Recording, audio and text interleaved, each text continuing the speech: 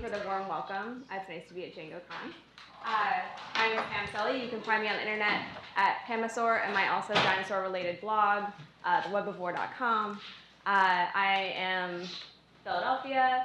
I'm also a Google developer expert in web technology, currently a software engineering lead at IOPipe. So let's talk about what's going on with Angular 2. Let's just get right into it.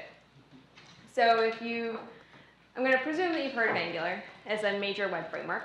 And what we're going to be talking about today is Angular 2, which is the next awesome version of Angular. If you want to find more out about it, it's at angular.io, and it's quite different than Angular 1. So we're going to talk about that today. So the path from Angular 1 to 2, it was blogged about in 2014 in March. With some stated goals to be more modular, to support the newest versions of JavaScript at the time that was termed ECMAScript 6, simplify dependency injection, make templating easier, simplify directives, which have been a point of confusion in the Angular world. And the beta for Angular 2 was released in December 2015. Now, looking back on that now, feels like not that long.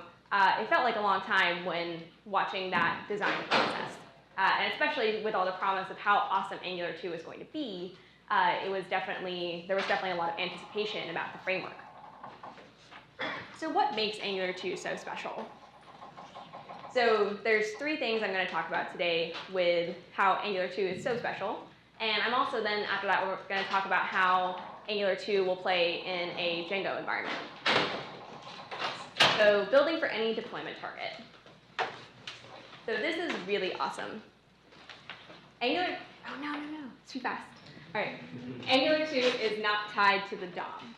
So the document object model is that API we get to control the client. But Angular 2 doesn't have to be tied to a concept of a DOM, whereas Angular 1 has this limitation. So if you want to use Angular 1 somewhere, that means that wherever you want to use it needs to understand some kind of document object model. Not so in Angular 2. That's actually really awesome, because that means you can run it in places that don't have a browser, that aren't a browser environment. So anywhere you can bring web technology, which is actually a lot of places, you can take Angular 2. So kind of the biggest example of this is being able to use NativeScript, which is an open source cross-platform framework for deploying mobile apps. And you can use Angular 2 and NativeScript, so you could actually share code across your web and mobile apps. So that's pretty awesome. And especially the way Angular 2 is architected with components, which we'll talk about in a minute, makes code reuse really accessible, which is always a big dream in web development. So choose your own language. So whereas Angular 1 is a JavaScript framework, Angular 2 is kind of as long as it compiles to JavaScript framework, with especially a big focus on TypeScript. So this is actually the drop-down in the Angular docs. So you've got TypeScript for JavaScript, for Dart, which is a language championed by Google. But let's talk about TypeScript for a minute. So TypeScript is a project championed by Microsoft. It's a superset of JavaScript, providing, among things, optional static typing, including, I know, Python conference, let's talk about types. Types are really awesome, really like those. So they're nice to have when you can get them. So you get types with TypeScript, totally optional. You don't have to annotate types, and if you do want to annotate, you can always punt and say any. But you can then also with TypeScript compile the newest JavaScript standards to older environments, which means you get features like modules, lambdas, classes, the spread operator, for of, stuff like that that's in the newer versions of JavaScript, and the TypeScript compiler does all the work for you to compile that to run in another environment, so that you can just focus on writing beautiful TypeScript code and not on whether the browser you're going to deploy to supports it. And the other thing is that part of the design of TypeScript is that JavaScript ES5 is valid TypeScript code. So it kind of follows if you're familiar with stacks, it kind of follows that model of all you do is change the end of the file, and it goes from JS to TS, and ta-da, it's a TypeScript file. And then that way you can migrate gradually to TypeScript if you so choose, if you're in a migration type situation. So the big question is always, do I have to use TypeScript to use Angular 2? And, well, no. But like you saw the dropdown, you saw that there's multiple options. There's also, like, if you wanted to write something that, you know, as long as it can interface with JavaScript, it could probably interface with Angular 2, then, you know, use what you want. But it's pretty awesome to use TypeScript. It's pretty fun. It also, a lot of documentation for Angular 2, the best documentation is in TypeScript. So even though they have the other options, the best documentation is in TypeScript. So it just makes a lot of sense. There's good IDE support if you use an IDE or even Sublime Text, great TypeScript support. All right, let's talk about web components. So before I talk about Angular 2, I'm going to talk about what web components are just for a quick review. So a web component consists of 3 parts. So you have markup, behavior, and presentation.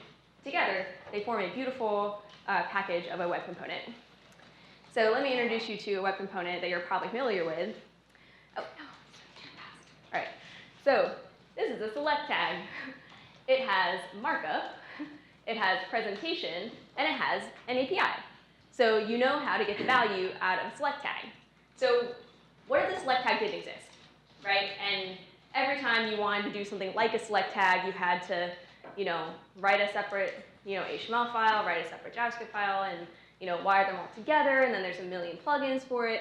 I mean, you can think of components like this, like we do this all the time, like carousels or you know, menus, stuff like that. And so the idea with web components is you don't have to, you know, champion these things to become native, like the select tag, which is native. You can write your own web component and then share it with all your friends and, you know, have lots of fun. So web components are really awesome. They're definitely the direction the web is going in. And in fact, the idea of web components actually refers to a set of APIs, and these are the APIs it refers to. So you've got custom elements, HTML imports, templates, and the shadow DOM. So many of these might sound familiar, some of them might be new, but the thing that's interesting slash not so fun about them is that browser support is not across the board. So that means that in order to use the web components APIs, you either need to get a polyfill, or you need to, you know, you probably want a polyfill and then you want to use something on top of that polyfill like Polymer or Xtag. However, these polyfills, they aren't super performant. So the direction is so basically the direction is web components, but should you use web components right now? Probably not. You should be aware of them. So this is where we get to Angular 2. So one of your best bets for using something like web components is using something like Angular 2, which has a component, you know, it has the idea of components, and then it actually plans for them to be compatible future forward with the web component specification. So that's pretty awesome. So you can just use something that actually works, and that's really performant, because that was a priority in Angular 2. Remember, it was, we want to be super performant, super fast. But you get, you know, to, you know, be aware of this new thing coming forward. If you want to learn more about web components, this is definitely the place to learn about web components, webcomponents.org, kind of like the homepage for all things web components. So let's talk about components in Angular 2 and what they look like. So here's a TypeScript web component. So if you're write vanilla JavaScript much, and you haven't written TypeScript, this might look a little weird. However, it looks pretty similar to ES6 or ES 2015 type stuff. You got a class keyword in there. You have a component there is, in Angular, it's considered an annotation, but you can probably think of it like a decorator. So it adds metadata about the code, is what it does. And so our component annotation says we want to target a particular selector, say hello, and we're going to do some data binding. You even see a type annotation there, that name is a string. And so this is a super simple hello world component. You write the same thing in ES5 and it looks like this, which isn't so different. It's using the same DSL, so the same domain-specific language, which is nice. So once you know the Angular 2 way of doing things, you can kind of bounce between them if you want to. And so on. So no type annotations. It's just, you know, plain old JavaScript functions, plain old JavaScript objects. Let's talk about directives. So in Angular 1, you did a lot of things with directive. It felt like if you ever developed an Angular 1 project, to me, it felt like if there was like a question, the answer was a directive, like much of the time. If it wasn't related to like fetching data, and then that's a service. But if you want to modify a presentation, if you want to create a new element, it's also a directive. So everything is a directive, basically, kind of. And so, but what's a directive anyway? So in Angular 2, this is a directive in action. So ngIf, it looks a little bit different in Angular 2. You have a little asterisk there, which is actually a nice way of showing you that the directive is going to change what is going to be outputted in the presentation. So ngIf is going to do, it also helps Angular 2 break out the code when it's doing its parsing. So it actually does serve a really nice purpose for them too. But ngIf is true, then it'll display this link. If it's false, it won't display the link. Pretty straightforward. But so that's a directive. It's a thing that you're going to put on your HTML to modify what's going to happen in your application. So you keep directives. So we just saw an directive in Angular 2, but they go in components. So this is probably my favorite thing about Angular 2, is that if you are not familiar with Angular 1 and you're coming here, like I would say just go forth into the land of Angular 2 and don't confuse yourself in Angular 1, because it's quite different. And to me, wrapping my head around components, which are markup, behavior, and presentation, is a lot easier than trying to figure out what a directive is. So you can keep directives, which are annotations on your HTML, but they go in components. So here's an example of a component with a directive, which is something super important, which checks if it's July 2016, and if so, it will say hello Django, or say hello DjangoCon. Oh. Backing up. All right. Anyway, I was going to try and scroll to the right, but you can believe me that it says 2016. And we'll also see it in the example app, so it does say hello DjangoCon. All right, well, we're going to talk about Angular and Django now. So, giving an Angular talk at a Django conference, but it's also, you're talking about web technology in general. So, beauty is Django and certain things in the Django ecosystem make it really easy to write your API once, use everywhere. So you write an API, you consume it in this app, consume it in that app. It's API, that's what it's for. So you can write your API in Django and then consume it with your Angular 2 app. That's probably the best way to use Angular 2 in the Django ecosystem. I would not recommend doing something like Franken, serve some things with the, from the server, serve some things with Angular. You kind of want to go in one direction or the other. If you want to do some server-side rendering, that's a different thing too. But that's also a different talk. So if you're going to write an API, the kind of common ways to do this in the Django world would be with the Django REST framework. Did some of you go to the Django REST tutorial? Yes. Nice. It's a really cool framework. So I'll show it, and then the rest of you will be like, why didn't I go to that tutorial? And then Tasty Pie, which makes it really easy to make APIs. So Django REST, powerful and flexible, web browsable API, other awesomeness. Go to a Django REST tutorial and learn all about it. So let's actually look at that. I believe it's time for that now. Yeah, so our API is Dinosaurs as a Service, which is a super important service the world needs today. If you want to talk about funding, you can talk to me afterward. So let's look at that API. So to get this started, I did the bigger? Sure. Thank you. Yeah. So this UI is pretty much it's all from Django REST. I did the configuring and the stuff. I made a model, put some data in the model, did the Django thing. But most of it is this beautiful UI. It's browsable. It's all the Django REST framework. So if I click on my Dinosaurs endpoint, which is cool that I can click on it, that's really awesome. So I see my dinosaurs. I want to ask you to suggest a dinosaur, but you have to suggest one that I can spell. Exactly. Okay. How cool is that? It just does this. It's Django REST. It just works. Love it. So we just added T-Rex. If we go back and we look at our dinosaurs, we have T-Rex. So this is running on localhost 8000, and then I have our Angular 2 running over here. So you see we actually have the DjangoCon, that directive is running and saying, yes, it's July 2016, so it's DjangoCon, and we see our dinosaurs listed out here. So it's interacting with the API to present this to our, our simple application. And all this code is available online if you want to see the example later. So don't you need to refresh to see T-Rex? Or is that a different thing?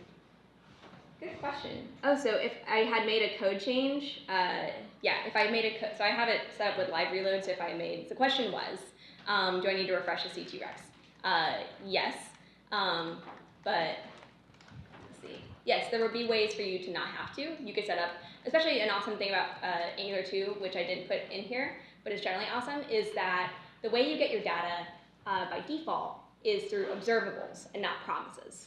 So a promise in JavaScript is like, go and get me some data, and then like, let me know when you're done, and then here's some data. An observable is more like, go get me some data, and then give me data as you have it. And that's pretty awesome. So if we actually set up a, we could set up a WebSocket or something like that, and send an event, and like, there's a bunch of ways we could do that in order to get the T-Rex once it was added live.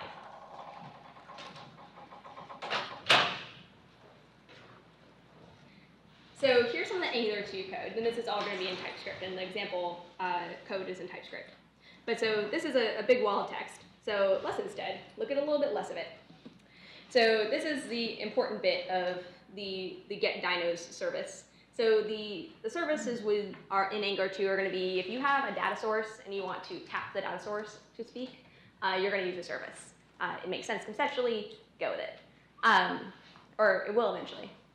So you have a service, and then you have a little get dynos method, and it uses the HTTP service to get this API. This actually turns it into a promise and just uses promises to keep things more promise-like and not observable.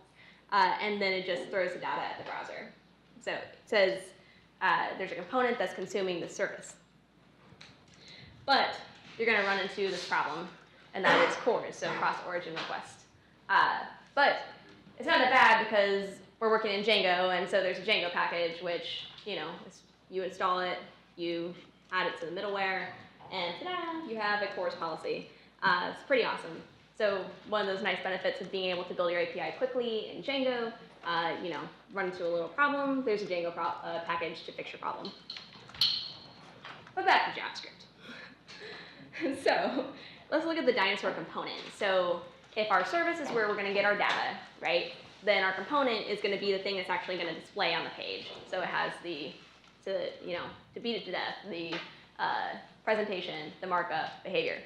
So this is the annotation that is on our dinosaur component. So it says dinosaurs, and then there's a little template. And you'll notice that the template has a directive, an ng4, and it just says let dino of dinos, where dinos is that set of dinosaurs we get as a response from the API, and then it just displays the species in an unordered list.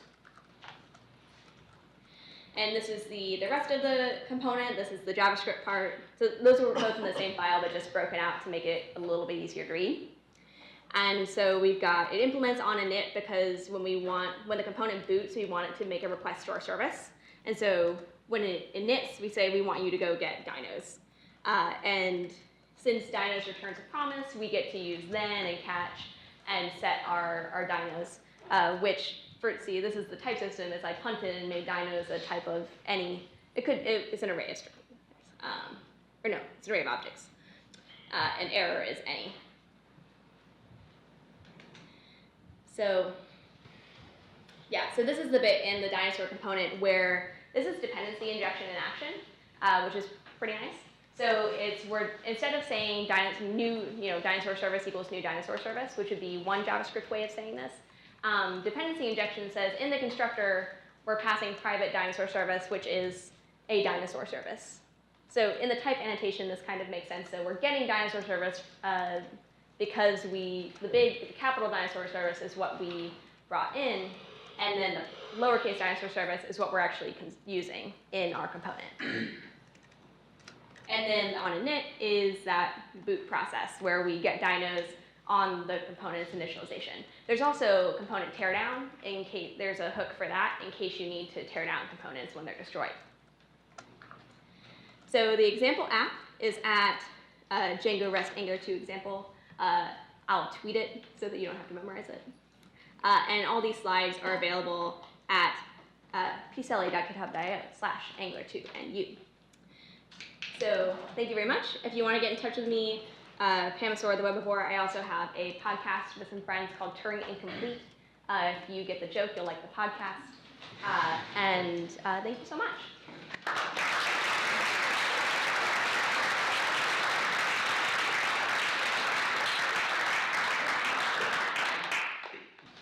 Could you show us like the index.html that sort of brings everything up? Oh, totally. Yeah. So the index.html is it uses, this is one of these things of like in a JavaScript app you can choose like if you want to do like Webpack or Gulp. This uses the Angular documentation uses system.js, so that's just what I use. So it consumes these things, and the system.js config, one of the reasons why is if you look at the system.js, so this is index, but then system.js config looks like this. So that's kind of gnarly. So I kind of let them handle that, and then it works.